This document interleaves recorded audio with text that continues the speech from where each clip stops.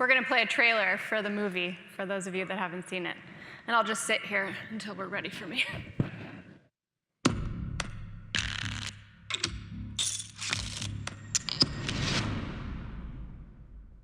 I'm Molly Bloom. Do you know about me? This is a true story.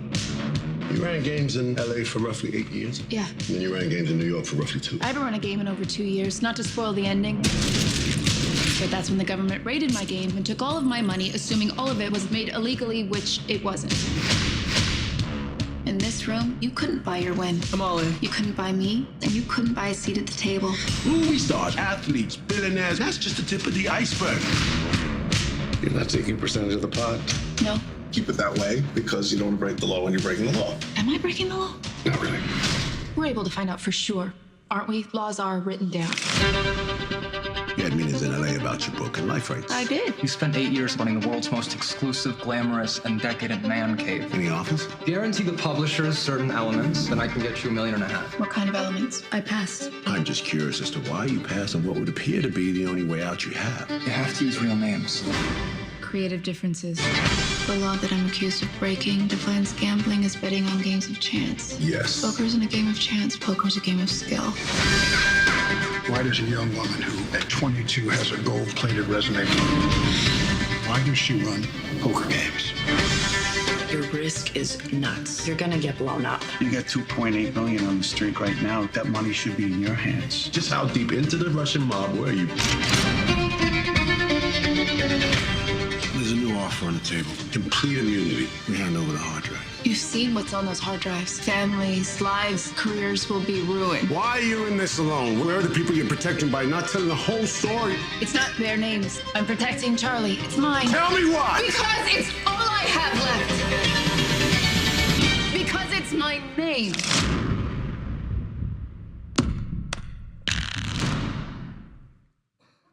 Well, it might seem weird that I'm here talking to you guys, but I think just to riff off of what Kevin was talking about, I am a professional at making bad choices and making big mistakes in my life, and I think I have some real experience and wisdom on how to play that losing hand. I also have made good choices in managing risk in my life that ended up bad, but you know, there's a good cautionary tale there. So, do you guys want me to just start the speech, or do you want to? Okay. Lights up. But before we get into that, I'll just start at the beginning. I was born in a small town in Colorado called Loveland, Colorado, and I was the firstborn child to 2 parents. And Jordan and I were just talking about it, and it sounds like my dad was a lot like Kevin. And, you know, my parents parented from 2 very passionate platforms. My mom wanted us to be good people, and my dad wanted us to be excellent. And I started out life kind of in this only child bliss, and then my brothers were born and ruined everything. And they ruined it not just by being born, but because these 2 were little prodigies. My youngest brother, Jeremy, was a 6-time world champion, 2-time Olympic skier. He got drafted 5th round to the Philadelphia Eagles, played a couple years in the NFL. My brother Jordan was a genius from the get-go. He was beating my dad at chess at like 4 years old. He was testing into my math classes and getting better scores than I was, and he went on to become a Harvard-educated cardiothoracic surgeon. So the net impact here was, starting with my dinner table, I was never the smartest or most talented person in the room. But I deeply wanted a significant life, and I wanted to matter, and I wanted to go big. And so what I figured out is, if I cultivated a just will never quit attitude, if no matter how many times I got knocked down, I got back up, if I outworked the competition, I could make up that distance. And the first place I applied that was skiing. I wanted to be an Olympic skier, and I didn't have the natural talent that my brother Jeremy had. And at 12 years old, I was diagnosed with scoliosis. And the doctors came into the room and said, "You need surgery, and if you don't have the surgery, you're gonna become disfigured and slowly suffocate." So that sounded like a bad deal. So I said, okay, I'll have the surgery. And the surgery was straightening my spine, fusing the top 11 vertebrae together, and affixing the whole thing with 2 metal rods. This was a problem, because I was a mogul skier, and this is not an ideal structural spine to have. And the doctors said, I think your ski career is over. But I was 12 years old, and I was pretty firmly rooted in the mindset of ignoring adults. And that's not how I wanted that story to end. So for the next 8 years, I worked my butt off. I showed up early, I left late, and at 19, I made the US ski team. At 20 years old, I was ranked 3rd overall in North America, and at 21, I made it all the way to the Olympic qualifiers. And I stood at the top of that run, and I thought my whole life was coming down to this moment. If I had a good run, I could go to the Olympics and achieve that dream that had burned in me since I was a little kid. And I started on course, and I was having a good run, and then something happened. I skied over a little tiny piece of pine bough that was in the course. It was a little stick, and it stuck itself perfectly in between my boot and bindings, and my ski pre-released 20 feet in the air, and I fell head first onto my digitally remastered spine.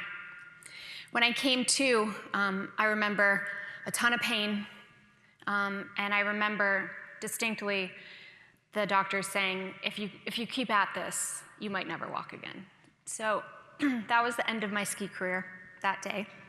And it wasn't because I didn't prepare, or didn't show up, or didn't take risk. It was because I tripped on a stick. And I think everyone in this room who cares about success, who's been in the world long enough, knows that sometimes we trip on sticks, and we got to get back up. I was finishing my last year at University of Colorado, and I was headed to law school. For those of you that saw the movie, full disclosure, Sorkin massively inflated my LSAT score, but I did pretty well, and I was applying to top-tier law schools. But I just wanted to take a break in between, and I wanted to go somewhere warm. I was sick of being cold and sick of winter, and still a little heartbroken from retiring.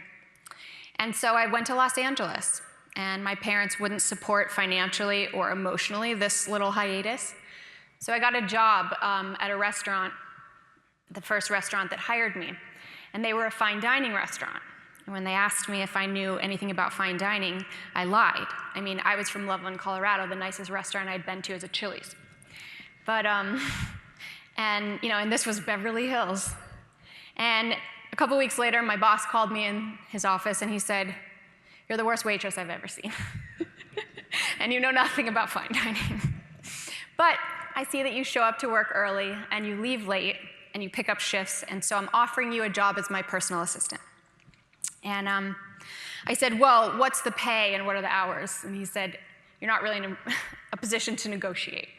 So I took the job because I didn't want to go home. I didn't want to accept defeat. And he was a really crazy, kind of like a warlord type. And he was constantly screaming and yelling at me and sending me on wild goose chases. And it was a pretty demeaning, frustrating job. So this crazy boss, and one day he walked into the office and he said something that sounded really innocuous at the time, but that would change my life forever. He said, "I need you to try to look halfway decent and serve drinks at my poker game tomorrow night." And I didn't know anything about poker. And so I went home that night, and I wanted to do a good job. As small of a task as it was, I wanted to show up and be prepared. So I started Googling things like, what kind of music do poker players like to listen to, and what do they eat? And so I made a playlist with songs like The Gambler on it, and I went to the supermarket and bought a cheese plate. And I show up, and I'm assuming that it's gonna be, just a kind of a boys' night, overgrown frat boys, the guys that hung out at this guy's office. And so imagine my surprise when Ben Affleck and Leonardo DiCaprio and the head of the biggest studio in Hollywood and the head of one of the biggest banks and a politician start walking, walk through the door. I had to take a second to get over my embarrassment about my playlist and my cheese plate, but then But then I had a light bulb moment. I realized that this is not an opportunity a 22-year-old girl from Loveland, Colorado gets. That this was access to a network that was beyond my wildest imagination. That this was accidental proximity to information and capital and power. And I wanted to stay in this room. And then at the end of the night, I got paid $3,000 for refilling drinks, so I was in. And so for the next couple months, I dedicated my time to learning about the game of poker, learning about the rules and the objectives. And then I spent the rest of those months learning about the client, about the customer. I wanted to know who these guys were. I wanted to know what drove them, why these guys, with their access to anyone and anything in the world, why they ritualistically, religiously wanted to show up in this basement on a Tuesday night and play cards. And what I landed on was, this wasn't about things anymore. These guys could have anything they wanted in the world. This was about experiences. This was about escapism and fantasy. They wanted to walk into this room and feel like James Bond for the night. So I started to build on that, and I started to forge alliances and put myself in a position to solve problems that I wasn't asked to solve. And people took notice, and they tried to hire me away from my boss. And he got threatened and called me into his office and said, "You're done with the poker game. You're coming back to my office, pick up my dry cleaning, I need bagels, this, that, and the other." And I couldn't go back. Not only because I had made a lot of money and I was sort of having a good time, I had seen how to turn this into a business. And I'd seen it very clearly. And he was trying to take it away from me, and so it was my moment to go up against him. And I was not a favorite. I was young and inexperienced, and I was going up against a guy who worshipped at the altar of Machiavelli and believed in crushing your enemies beyond recognition, and basically one of the billionaire boys club. But you miss 100% of the shots you don't take. I think Wayne Gretzky said that. So I had to take the shot. I had to go in. And so I organized a game that night, or the following week, and I moved it to the penthouse suite at the Four Seasons.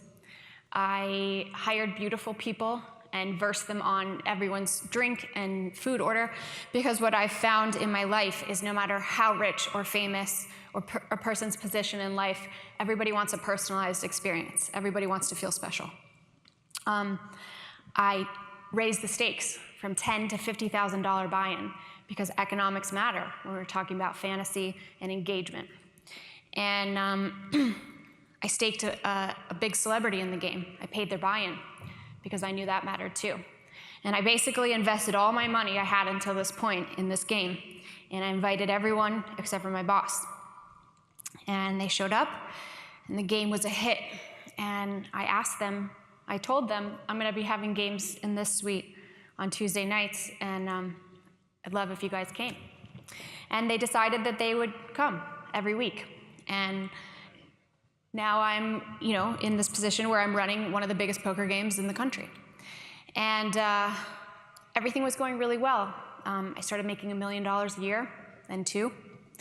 And I had a crazy network, and I was really enjoying my life, and it felt like I had taken a big risk and gone big, and it had paid off. But I came up against a problem.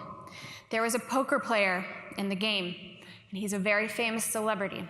We've all seen him in movies. And he really loved winning. And he loved taking people's money. And he loved it so much that he started cheating, and he started colluding with other players.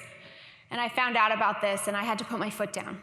And I knew that it was gonna cost me. This was a guy with a big ego, a lot of social currency, and he was pretty addicted and obsessed with the game, particularly a game that was perfectly engineered for his win. And I lost the game. I called him on it. I told him the behavior had to stop. And a couple weeks later, he took the game from me. And I was so upset, so mad. I felt like there was so much injustice to it. And But logically, I could have walked away. I had made millions of dollars. I had this crazy network, but I just was too mad. So I decided that not only was I not going to go away, I was going to go bigger. And I was going to build an empire. And this time, I was not going to be replaceable. And I was going to build this empire in New York City because I thought that traders like to gamble. And it was 2008, so it was kind of a bad timing a little bit, but I just focused on the win and activated my network and started finding players. And by the end of 2008, I had a poker game that was a $250,000 buy-in that was populated by international billionaires, Wall Street traders, and sports stars. And this time, I was not going to be replaceable. And so I decided that I would become the bank. I was going to bankroll these games. I was going to vet the players, extend credit, and make good on bad debts. And my thesis was, if I had the best product in town, if I had the game that had no pros, all action players, if I had the game that crazy business was getting done at the table, because each of those 9 seats were populated with someone that mattered. If this game was capitalized and guaranteed by good money, that they would have nowhere else to go, and they would have to pay their debts. And that thesis held true. Over the next couple years, I really had very little exposure in terms of bad debt. But something changed inside of me in New York. And what had previously been about guts and heart and going big and entrepreneurship became about money and greed, and it was never enough. I got that more disease where even if I had a good moment, I was grasping towards more and living in the future, and it was never enough, and everything that was substantial and my humanity fell by the wayside. I lost touch with my family. I stopped having meaningful relationships with friends or boyfriends. I started doing drugs to stay up, drugs to come down. I started drinking a lot. I had built a game almost every single day and every night of the week, and they were huge. I saw someone lose $100 million in a night. I was making a ton of money, but I was pretty miserable. And when I looked around me, I realized that everyone else was pretty miserable too. But, I was caught up. So you can see that this train is starting to kind of come off the tracks, but I still have like a good year and a half of bad decision-making before the whole thing blows up.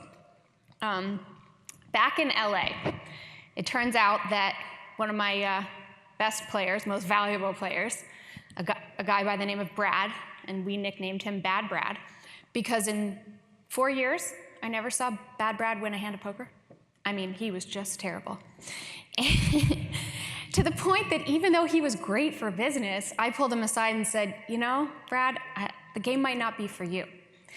And he said, no, I love playing, and I've got, friends. I like the friendship and the fellowship. And I'm like, well, can I get you a coach or something? I mean, this is just a bloodbath.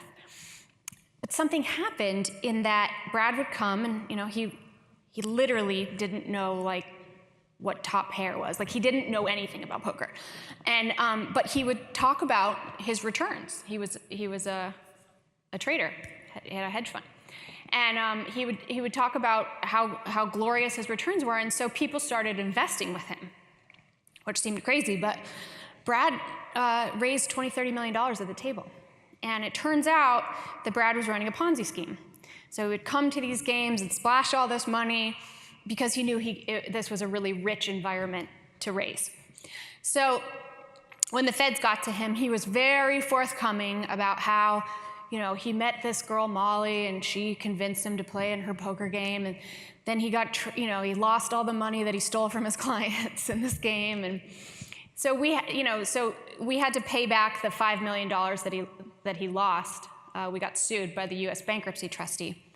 But even worse for me was now I'm on the radar of the West Coast feds, and I'm also in the tabloids. The tabloids got a hold of it because there was famous people playing, and so now, it's not so secret or underground anymore. And back to New York. It's about to get a little crazy in New York. I had a driver who I would take with me when I picked up or dropped off large sums of cash. And I trusted him. He'd worked for me for 4 years. And so when he said to me, I drive some guys from New Jersey, they're hedge fund guys, and they want to play in your game, and they want to meet you, I said, no problem.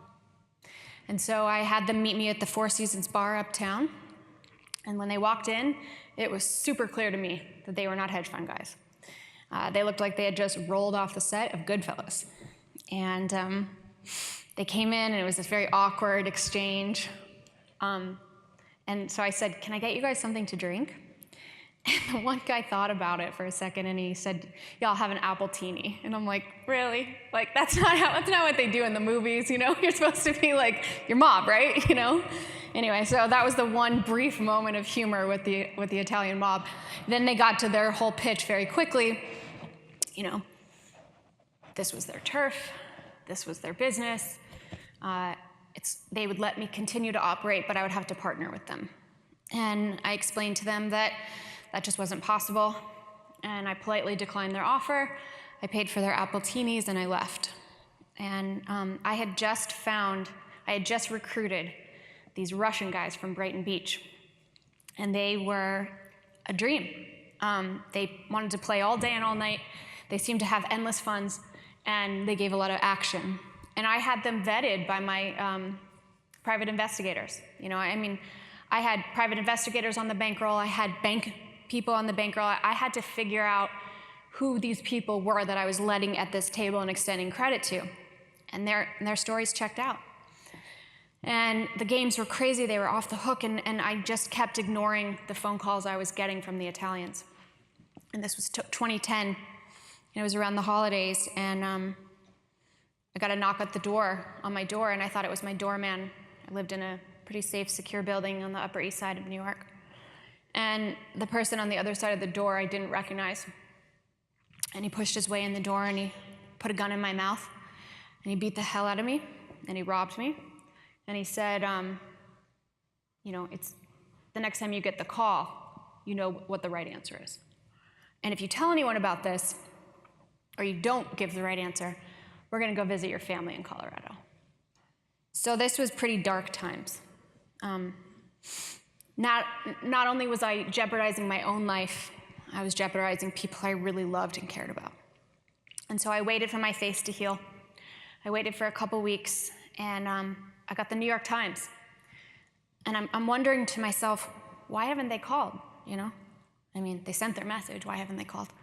And I got the New York Times around 3 weeks after, and on the cover it said, 125 people arrested in the biggest mob-related takedown in New York City history.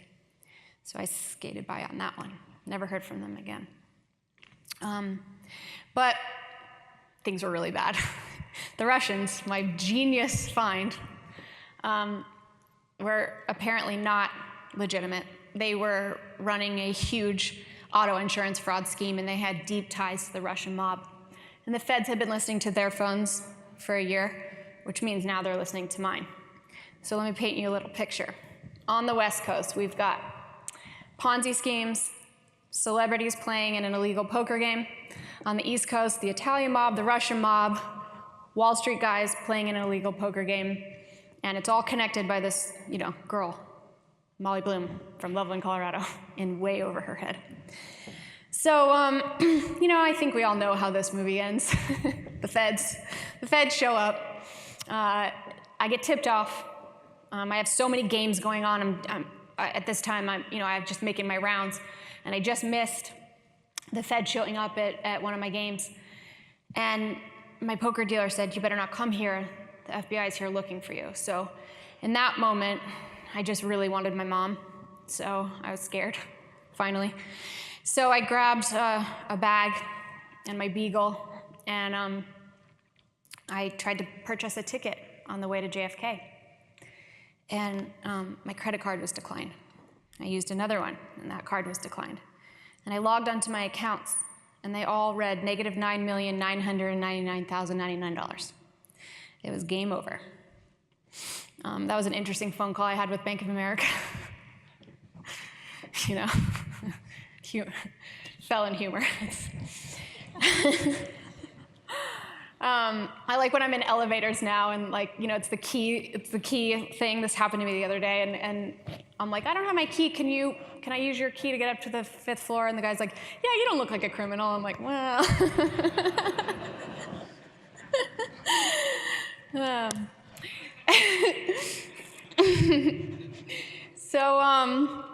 So the feds show up, and in a matter of seconds, my net worth goes from millions to zero. And everything's gone. The penthouse apartment, the beach house in Malibu, the cars, the Bentleys, the parties, the friends, most of them. It's silence. And I move in with my mom in the mountains of Colorado. And I get in bed for a couple weeks, maybe months, feel real sorry for myself. And she comes in and says, enough is enough. You know, you need to get some fresh air, because moms think that fresh air will fix everything. And I walked outside, and, you know, it's just like the Colorado, the Snake River and the huge mountains, and it moved something in me. I mean, these were the mountains I was raised on. This was where I learned to be a champion, and being a champion means getting back up. And so I had to do a couple critical things. I had to own that it was all my fault, that I was born with all the opportunities in the world, with parents who cared, with college education, and I chose to do this, right, for better or worse. And when I accepted that, it empowered me to then find a solution. And I needed a job really badly, and I wasn't exactly hireable. People didn't know if I was working with the mob, the feds, it was in the tabloids. I mean, it was a nightmare. So I just kept going at it and making calls and trying to get a job, and finally I got a job. And it was 2 years later, and I moved back to LA to start my new job. And 10 days after I moved back, and 3 days before my birthday, I get a phone call in the middle of the night. And on the other hand, the person says, this is Agent so-and-so from the FBI. You need to come out of your house, your apartment right now. We're in the hallway, and if you don't come out, we'll break down the door. So I walked into the hallway and was immediately blinded by high beam flashlights. And when my eyes adjusted, I saw that there were 17 FBI agents with semi-automatic weapons pointed at me. And I'm like, you know, it's just me and a beagle, you guys. It's like, this might be a little excessive, but you know, who am I to judge their job? Anyway, so they put me in handcuffs. They put a piece of paper in front of me that said, the United States of America versus Molly Bloom. And that was a tough day. And flew to New York. I got arraigned. I found a criminal attorney, gave him an IOU for the retainer, and he went and talked to the feds to find out what they wanted. And what they wanted was my cooperation. They said to my attorney, look, she ran these games for 8 years. She knows things. She has information on people that could help us. And they were right. And they said, if she does this, we'll give her money back, and we'll give her full immunity. But I knew that wasn't something I could do. I had made these choices. It was all me, and I needed to stand for the consequences. And throwing other people under the bus or standing on them to get free, that to me felt like a life sentence. I really believed, as unpleasant as it might be, that I could survive jail and that I could make money again. But I didn't think that I could survive that. So I declined their offer, and they weren't happy. And they told me that they were going to fight passionately for me to get some jail time. So it was a waiting game. I had to wait to get sentenced, and I got sentenced, and I still remember the judge. He was very disappointed in me as a human being in my line of work. But he said, I don't see how justice is served by putting you in jail. And so that was a great moment. But I also remember sitting at dinner with my family, and I think Jeremy had just gotten inducted into the Sports Hall of Fame, and Jordan had just graduated Harvard, and I'm a convicted felon, And I'm sitting there going, holy shit, I'm 33 years old. I'm millions of dollars in debt. I'm a convicted felon. My reputation is destroyed. I need a massive rebranding campaign. Like, I need a second chance like nobody's business. And so what I did is I took real inventory. What, if any, are the monetizable assets here? Where does this redemption come from? What pulls you out of this hole? And I really felt like it was the story. I felt like it was a unique story, and that if I could publish a book, own that intellectual property, take it to Hollywood and get a prolific screenwriter or director to take this project, that it would all work. And so I told my family about this plan, and they were like, when are you gonna grow up? This is just crazy. But I believed in it, and so I wrote a book. And the publishers wanted what everyone else wanted. They wanted this big celebrity takedown piece, and they were offering me real money. And I just didn't think that that was the book. So I passed and took a small advance with a good publisher, wrote the book, and then looked at Hollywood. Started taking a lot of meetings, and what I found was, this is a really crappy business, Hollywood. It's so hard to get anything made. On top of that, it's so hard to make money doing it, and so many things are never even picked up. So what I did is I saw that good writers and good directors really, really mattered, and so I ran numbers on them. And I wanted to know which writers in Hollywood, if they decided to write this movie, have great odds. And that was Aaron Sorkin. He has near perfect odds. And so then I just started, trying to meet Aaron Sorkin and call agents and lawyers and anyone who would listen, and I wanted to get a meeting, and most of them laughed me out of their office and said, I don't think Sorkin wants to write the movie about the poker princess. Or they would say things like, let me just give you some advice. No one's ever gonna make this movie. There are too many powerful people that don't want this story told. But I was in survival mode, and I had lost everything, so I didn't really care. I was like, so is that a no? You can't get me a meeting, And finally, someone caved. I badgered them enough, and I got a meeting with Aaron Sorkin. And I was told I would have 60 minutes to pitch him. And so I flew to LA, and I pitched him. And when I was done, he kind of leaned back in his chair and gave me this amused expression, and he was like, I don't think I've ever met someone so down in their luck and so full of themselves. But it was my shot, And then he decided to do it. So 4 years ago, I was pleading guilty in federal court, and last year I got to go to the Oscars. I mean, what a country, That's all.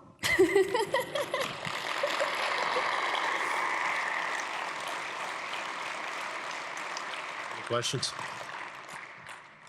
You gonna answer? Yeah, I'll answer as many questions as you got. What's next? I'm taking my victory lap,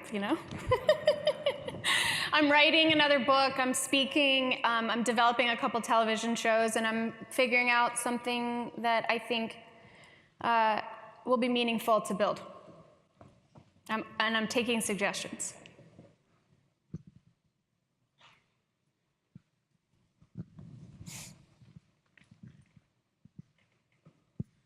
I guess 2 questions. What's the most interesting bet you ever saw, and what's the biggest pot? Oh, I get asked that all the time, and I don't know the answer to those 2 questions, but they both happened that night that someone lost $100 million. I can't remember, it's so long ago.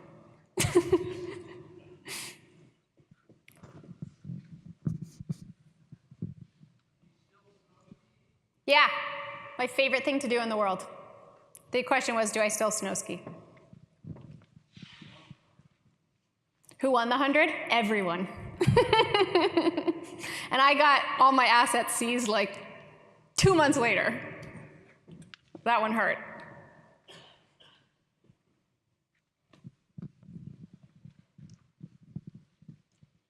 I'll call on people. Just kidding.